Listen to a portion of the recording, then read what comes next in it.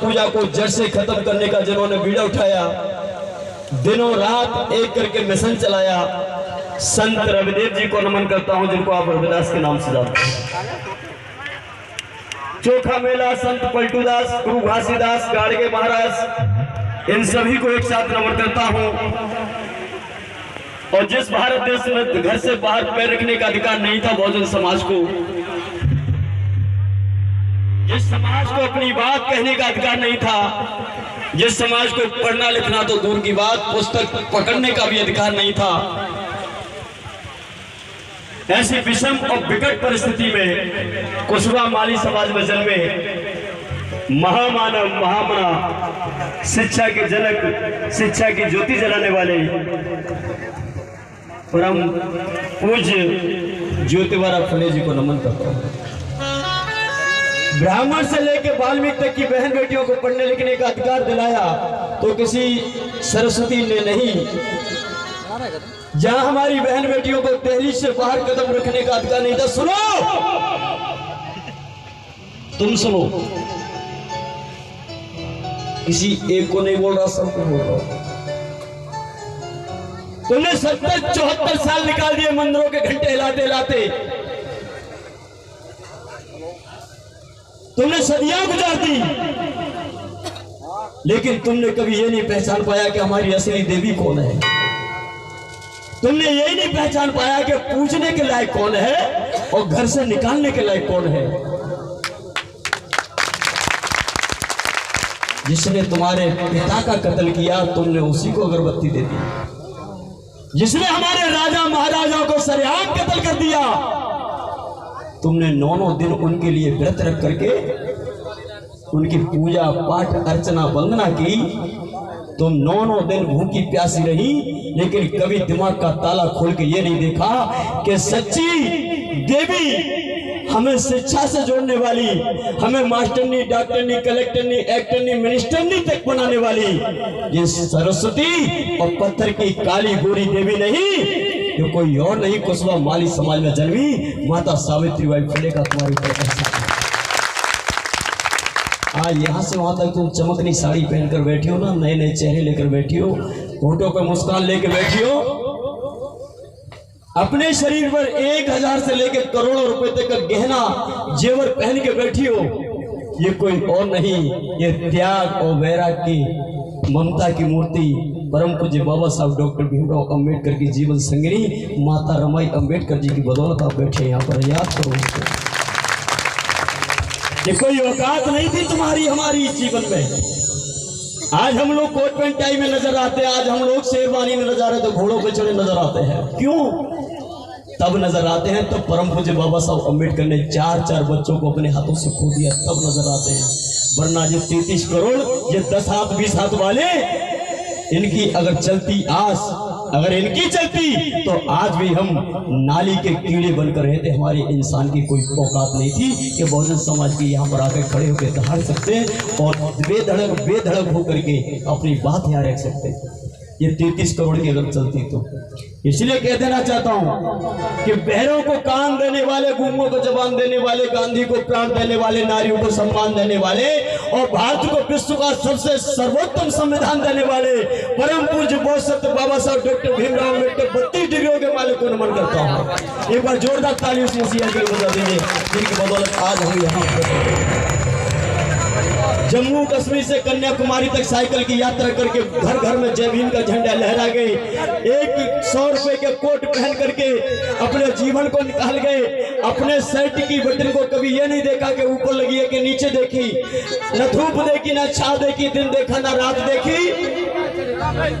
2-2 दिन के सूखी रोटी के टुकड़े खाए, कभी होटलों में विश्राम नहीं किया। DS4 वाम से बहुजन समाज पार्टी के निर्माता परम पूज्य साहब कांसी राम जी को मैं नमन करता हूं, जिनकी बदौलत आज यहाँ हुजूम जुड़ा है, मेला जुड़ा है। और अब आप लोग ज्यादा मेहनत मत करो, जो जहां व्यवस्थित है रहने दो। क्योंकि ये जितनी बिछात है वहां तक तो लोग बैठ जाएंगे और नंगी जमीन पर कोई बैठेगा नहीं, फिर खड़े रहेंगे लोग। शायद हो सकता है उधर बिछाना हो कुछ बिछाए तो फिर आप लोगों की गलती है। आप लोगों को अच्छा एक बात बताइए, मैं बैठाने की बात नहीं कर रहा हूँ, ये जो खड़े हैं बैठने वाले नहीं, जो जितने भी खड़े हैं ईमानदारी से दिल पे हाथ रख के बताओ बाबा साहब को कौन कौन मानते हो? बाबा साहब अम्बेडकर को कौन कौन मानते हो? तो तुम्हें कसम है बाबा साहब की यहाँ खड़े वही बैठ जाओ अगर मानते हो तो। बैठ जाओ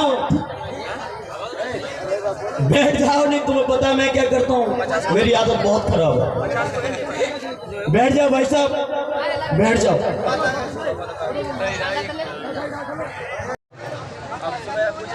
एले थोड़ा इधर घूम दो, ये तुम्हारे लिए पूरा थोड़ा सा दे दो, थोड़ा सा, अरे थोड़ा सा, बस बस बस बस बस गुस्सा नहीं हो जाए।